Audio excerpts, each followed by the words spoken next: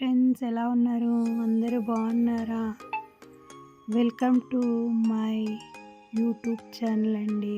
Like చేయండి, share చేయండి, subscribe చేసుకొని మన ఛానల్ని.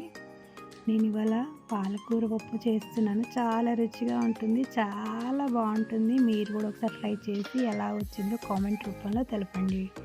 Thank you friends. మనం ఫస్ట్ పప్పు కడుక్కొని అందులోనే కొంచెం పాలకూర 2 కట్టలు పాలకూర వేసానండి. అందులో ఒక 10-12 పచ్చిమిరపకాయలు, 2 స్పూన్ల ఉప్పు వేసుకొని కొద్దిగా కచ్చపచ్చగా దంచుకోవాలండి. మిరపకాయల్ని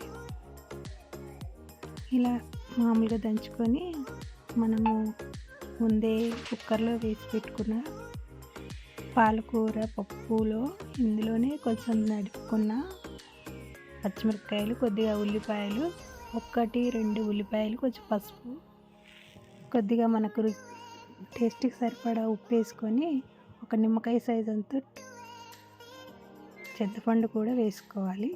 వేసుకొని మనకు వాటర్ సరిపడినంత పోసుకొని కుక్కర్ 3 విజిల్స్ పెట్టుకోవాలండి.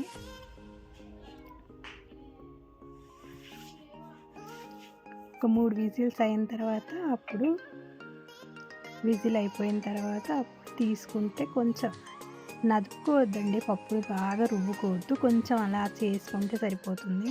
ఎందుకంటే పాలకూర పప్పు కదండి, ఆ కూర మొత్తము ఇలా చేస్తే నదుపుకుంటే టేస్ట్ వేరేలా ఉంటుంది.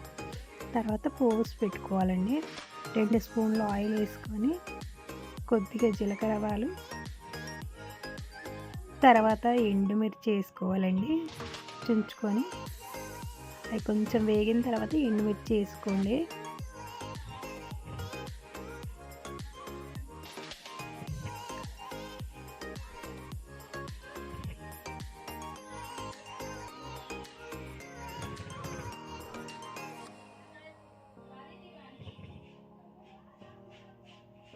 అవి కూడా కొంచెం వేగిన తర్వాత అందులో వెల్లిపాయలు వేసుకోండి. వెల్లిపాయలు నేను అవాయిడ్ చేశాను, నా దగ్గర లేకుండే. తర్వాత ఇంగువ వేసుకోండి.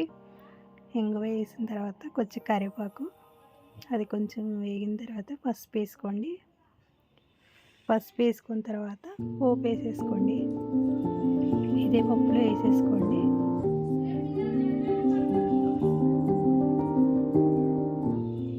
అంతేనండి, చాలా టేస్ట్గా ఉంటుందండి, చాలా బాగుంటుంది.